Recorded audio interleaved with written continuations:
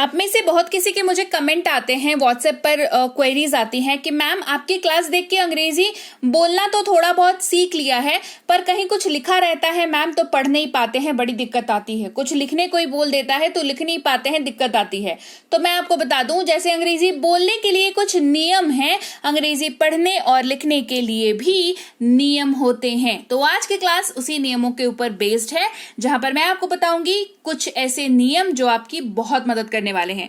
Class को शुरू करते हैं। आप देख रहे हैं संरीति इंग्लिश अकेडमी, मैं हूं प्रीति मैम। सब्सक्राइब करके बेल नोटिफिकेशन ऑन कर दीजिएगा ताकि आगे के आने वाले क्लासेस के नोटिफिकेशंस आपको मिलते रहें और आप ऐसे ही सीखते रहें। सबसे पहले बात करेंगे कि एबीसीडी की बात, उस क्रम में हम लोग चल रहे हैं, तो बी की हम बात कर रहे हैं। बी कब साइलेंट होता है? सवाल यह है कि साइलेंट रहना है तो शब्द में लिखा क्यों हो जाता है?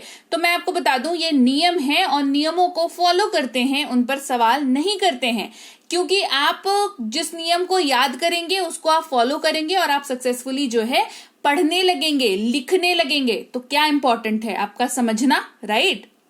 तो सबसे पहले समझते हैं कि बी कब साइलेंट होगा। तो किसी भी शब्द का आखिरी अक्षर अगर बी है और उसके ठीक पहले एम लगा हुआ है तो बी साइलेंट होगा।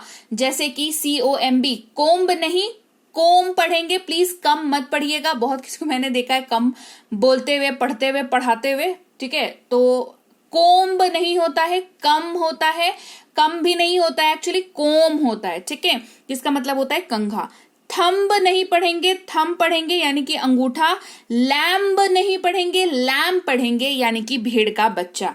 सी की बात करते हैं, तो जब भी किसी शब्द में एस के बाद तुरंत बाद सी लगा हुआ हो तो इन दैट केस सी जो है वो साइलेंट रहता है। जैसे कि इस वाले को आप सेकेंट नहीं सेंट पढ़ते हैं, जिसका मतलब होता है इत्र, खुशबू, महक, जो है डीओ वगैरह लगाते हैं ना हम लोग, वो वाला सेंट, राइट? सेकेंट नहीं सेंट। साइंस पढ़ते हैं, स्काइंस नहीं पढ़ते हैं, साइंस पढ़ते हैं, विज्ञान या कौशल कह लीजिए। सीन पढ़ते हैं, सीन, SCEN, स्कीन नहीं सीन पढ़ते हैं, जिसका मतलब होता है दृश्य। ये हो गया सी का साइलेंट, है ना? सी कब साइलेंट होगा? बात करते हैं ई की, तो ई के तुरंत बाद, किसी भी शब्द में ई के तुरंत बाद अगर आपको AR दिख जाए तो इन दैट केस उस पर्टिकुलर वर्ड में ई जो है वो साइलेंट हो जाएगा। जैसे इसको ईयरली नहीं अर्ली पढ़ेंगे। क्या पढ़ेंगे? अर्ली पढ़ेंगे, जिसका मतलब होता है जल्दी। ईयर्न नहीं अर्न पढ़ेंगे, जिसका मतलब होता है कमाना। ईर्थली नहीं अर्थली पढ़ेंगे, जिसका मतलब होता है सांसारिक। तो ई के तुरंत बाद AR दिख जाए तो ई जो है वो साइलेंट होता है, ठीक है? बात करेंगे जी कब साइलेंट होता है। ABCDEFG, गोट वाला जी। जी कब साइलेंट होता है? तो किसी शब्द में जी के तुरंत बाद अगर एन लगा हुआ रहता है तो जी बेचारा साइलेंट हो जाता है। जी के तुरंत बाद एन लगा हुआ हो।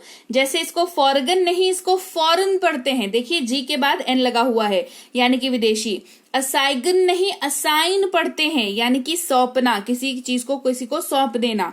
कैंपगेन नहीं कैंपेन पढ़ते हैं, जिसका मतलब होता है अभियान, जो ना कैंपेन चला रही है सरकार, जो है कैंपेन चला रही है, जागरूकता कैंपेन चला रही है, इसलिए कैंपगेन नहीं कैंपेन पढ़ते हैं इसको, ठीक है?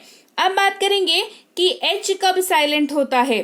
तो एच अगर किसी शब्द में शुरू में आ रहा हो, ठीक है, पर्टिकुलरली शुरू में आ रहा हो, तो कुछ हमारे पास ऐसे शब्द है मुट्ठी भर जहां पर एच जो है वो साइलेंट हो जाता है। जैसे कि HONEST, ऑनेस्ट, एच के बाद ओ लगा हुआ है, ये कंडीशन भी मीट होना चाहिए कि एच के बाद ओ लगा हुआ है, तो ऑनेस्ट पढ़ेंगे, ठीक है, यानी कि ईमानदार। ऑनरेबल यानी कि माननीय।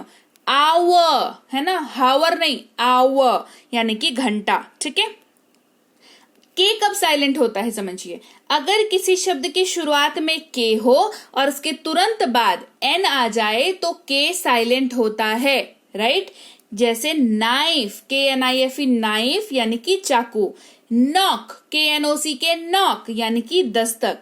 KNOW नो यानी कि जानना, कोई चीज जानना पहचानना, ठीक है? और एक चीज और मैं बता दूं आपको, ये जितने भी रूल्स मैं पढ़ा रही हूं इन सब के एक्सेप्शंस है। एक्सेप्शंस का मतलब क्या होता है? एक्सेप्शंस का मतलब होता है अपवाद। अपवाद यानी कि क्या होता है? अपवाद कुछ शब्द होते हैं, ठीक है। ये वो आसान भाषा में अगर बताऊं तो ये वो सारे शब्द हैं जो ये कहते हैं कि तुम रखो अपना रूल अपने पास, मैं नहीं मानूंगा किसी भी नियम को। और वो जो शब्द होते हैं वो इन नियमों को नहीं मानते हैं। कुछ होते हैं के साइलेंट के लिए, कुछ होते हैं ई साइलेंट के लिए, और सारे साइलेंट के लिए कुछ ना कुछ जो है आपको जो है बदमाश वाले शब्द मिल जाएंगे जो कहेंगे हम तो कोई नियम नहीं मानते, ठीक है।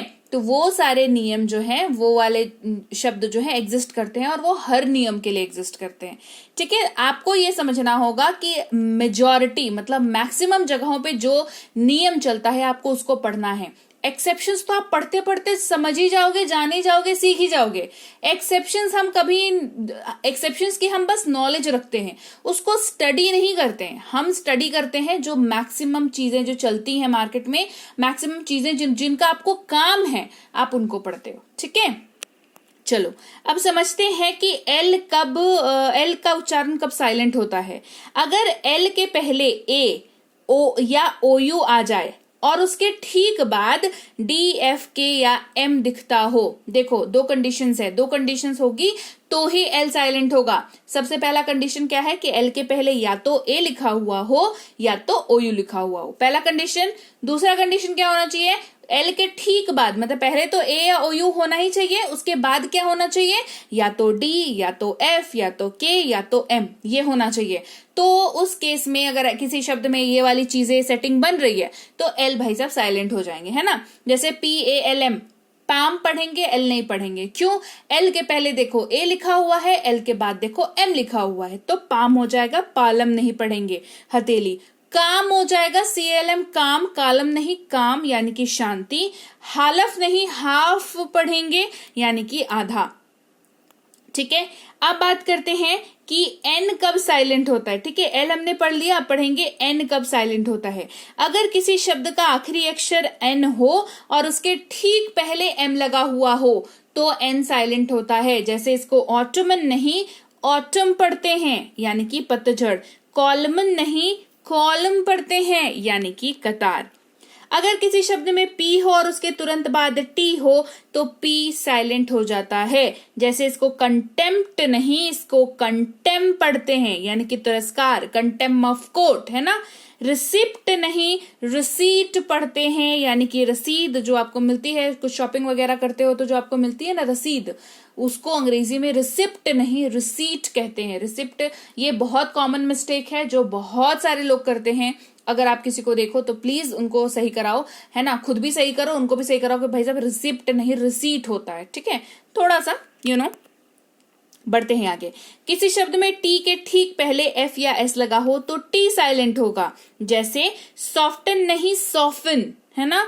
SOFTEN, देखो टी से ठीक पहले एफ लगा हुआ है तो सॉफ्टन नहीं सॉफिन हो गया। मुलायम या कोमल, लिस्टन नहीं लिसन सुनना, ऑफ्टन नहीं ऑफन यानी कि प्राय। ये तीनों ही ये वाले रूल पे फॉलो कर रहे हैं। टी के पहले या तो एफ लगा हुआ है या तो एस लगा हुआ है। शब्द का पहला अक्षर अगर डब्ल्यू हो और उसके तुरंत बाद आर हो तो डब्ल्यू का उच्चारण नहीं किया जाता। और इस वाले रूल के एक्सेप्शंस भी आपको बहुत ज्यादा देखने को मिलेंगे, है ना। जैसे कि वरिष्ठ नहीं रिस्ट पढ़ते हैं यानी कि कलाई, वरॉन्ग नहीं रॉन्ग पढ़ते हैं यानी कि गलत, वराइट नहीं राइट पढ़ते हैं यानी कि लिखना। क्लियर? तो लीजिए, ये थी आज की क्लास जहां पर हमने ये ना सबसे कॉमन वाले रूल है। ऐसे मैं बताऊं स्पेलिंग रूल्स बहुत सारे हैं पर ये जो है सबसे कॉमन है। Common as in commonly mistaken है ना। सबसे ज्यादा गलतियां जो है यहीं पर होती है लोगों से, तो मैंने सोचा क्यों ना आपको करा दूं, इसे लेकर के जेड तक सारे के सारे जो सबसे ज्यादा गलती आप भी करते होंगे आज के बाद नहीं करेंगे।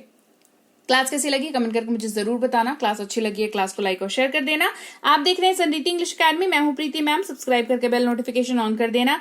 कोई सी भी कोर्स करनी हो तो हमारी ऐप संरीति इंग्लिश अकेडमी को डाउनलोड और इंस्टॉल कर लेना। कोई दिक्कत हो तो इस नंबर पर व्हाट्सएप मैसेज करके बता देना कि ये दिक्कत हो रही है। ई बुक्स हमारी इस वेबसाइट पर भी अवेलेबल हैं, PDF वाली किताबें हैं ये, तो इनको डाउनलोड करना जरूरी है। साथ ही व्हाट्सएप का ग्रुप, टेलीग्राम का चैनल जरूर ज्वाइन कर लेना। रोज की फ्री वाली क्लासेस आपको मिल जाती हैं आपके व्हाट्सएप ग्रुप पर, आप आसानी से उन्हें देख सकते हो। और मैं आपसे मिलूंगी आपकी अगली क्लास में। Till then thank you so much for watching. Stay tune to Sanriti English academy.